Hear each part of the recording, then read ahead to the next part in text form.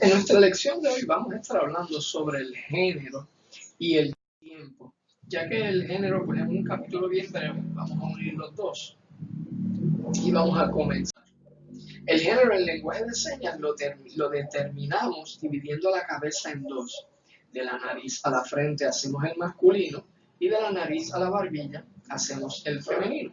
Veamos un ejemplo más claro de esto. Por ejemplo, cuando hacemos la seña de papá, mamá. Papá, mamá. Cuando aplicamos esta regla, aprendemos dos señas en una. Porque lo único que tenemos que saber es que de la nariz a la barbilla es femenino y de la nariz a la frente es el masculino. O sea, si yo hago abuelo, pues voy a ser abuela. Si yo hago primo, pues voy a ser prima. Si yo hago sobrino, pues voy a ser sobrina. ¿Ok? So, recordemos eso. El lenguaje de señas, el género lo hacemos de la nariz a la frente masculino, nariz barbilla el femenino. Ahora vamos a hablar sobre el tiempo y esto es una parte bien importante. Perdonen los perros, pero cuando yo estoy grabando todo empiezan a ladrar. No sé qué pasa. Todo el mundo sale motora. Mientras tanto hay un silencio sepulcral. Vamos a comenzar con el tiempo. En el lenguaje de señas es muy importante establecer el tiempo en el que se habla para poder comprender mejor el mensaje. El tiempo lo establecemos con señas como la de ayer, hoy, que también puede ser ahora si la enfatizamos, o mañana. Pero también podemos establecerlo usando movimientos hacia atrás o hacia adelante para determinar si sucedió en el pasado o si está sucediendo o sucederá en el futuro. Por ejemplo, esta es la seña de semana. Cuando yo me quedo aquí en lo que llamamos la zona neutro, estoy diciendo esta semana. Cuando me muevo hacia adelante, estoy diciendo la semana próxima o la semana que viene. Versus cuando muevo la seña hacia atrás, estoy diciendo la semana pasada. ¿Ven? Semana próxima, semana pasada. So, en el lenguaje de señas podemos utilizar eso también. Como también podemos decir ayer, ¿verdad? Y entonces conjugamos en el pasado. O si digo mañana, y entonces conjugamos en el futuro. Porque recuerden que el verbo es uno solo. Ir, iría, fui, vamos, iremos, fuimos. Es la misma seña. Lo que va a determinar cómo usted la conjuga es si yo digo ayer yo fui. Ahora, versus si yo digo mañana yo voy o iré. ¿Ve?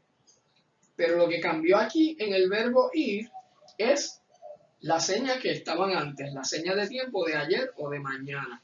So, recordemos eso porque es bien importante. En la seña de ayer, hoy y mañana podemos entonces entender el porqué de esos movimientos. ¿Por qué la seña de hoy se queda aquí? Porque tiene que ver con el presente, con el ahora. Todo el mundo, les digo que todo el mundo. ¿Por qué la seña de ayer se mueve hacia atrás? Porque tiene que ver con el pasado. ¿Por qué la de mañana se mueve hacia adelante? Porque tiene que ver con el futuro. So, en el lenguaje de señas, cuando se queda en esta área neutro aquí, tiende a estar relacionado al hoy y a la hora. Y cuando se mueve hacia atrás, de la cabeza hacia atrás, tiende a estar relacionado con el pasado. Versus cuando se mueve hacia adelante, tiende a ver qué está sucediendo o es el futuro. La comunicación es un vehículo de integración para cada individuo y es por esto que necesitamos una comunicación efectiva. En el lenguaje de señas, el tiempo en la oración establece cómo conjugamos las palabras. Pues la misma seña que utilizamos para el concepto dibujar, la utilizaremos para el concepto dibujé o dibujaré, que es lo que acabo de explicar. Recuerden que el lenguaje de señas suele parecer un poquito complejo. Aquí en el libro tenemos unas otras explicaciones de cómo conjugamos, pero recuerden que el verbo es el mismo, ¿ok? En los ejemplos anteriores pudimos ver que la seña del concepto dibujé y el concepto dibujaré usamos la misma seña, que es lo que ya les estaba explicando.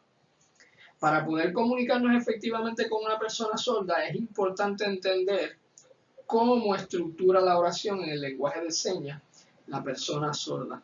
Y esto que le voy a dar ahora es un ejemplo. No siempre es igual, todo depende de la escolaridad del sordo y de muchos factores que pueden influenciar la comunicación. Pero normalmente el sordo comienza con el tiempo, para que usted sepa si está hablando del pasado, del presente o del futuro. Segundo, continúa el sustantivo de quién o de qué se habla. Tercero, las cualidades o descripciones, en este caso los adjetivos. Y por último, el verbo, que es la acción. Recuerden, esta estructura gramatical no necesariamente aplica a todos los sordos. Cada persona en el lenguaje de señas es único. Su forma de expresarse, cada sordo tiene unas formas de expresarse únicas, al igual que nosotros en el lenguaje hablado también lo tenemos, porque usted y yo no hablamos igual a pesar de que hablamos el mismo español. Los gestos que usamos no son los mismos, pues con los sordos es igual. En nuestra próxima clase vamos a estar hablando sobre los clasificadores. ¿Qué son los clasificadores y cómo se usan? Bye bye.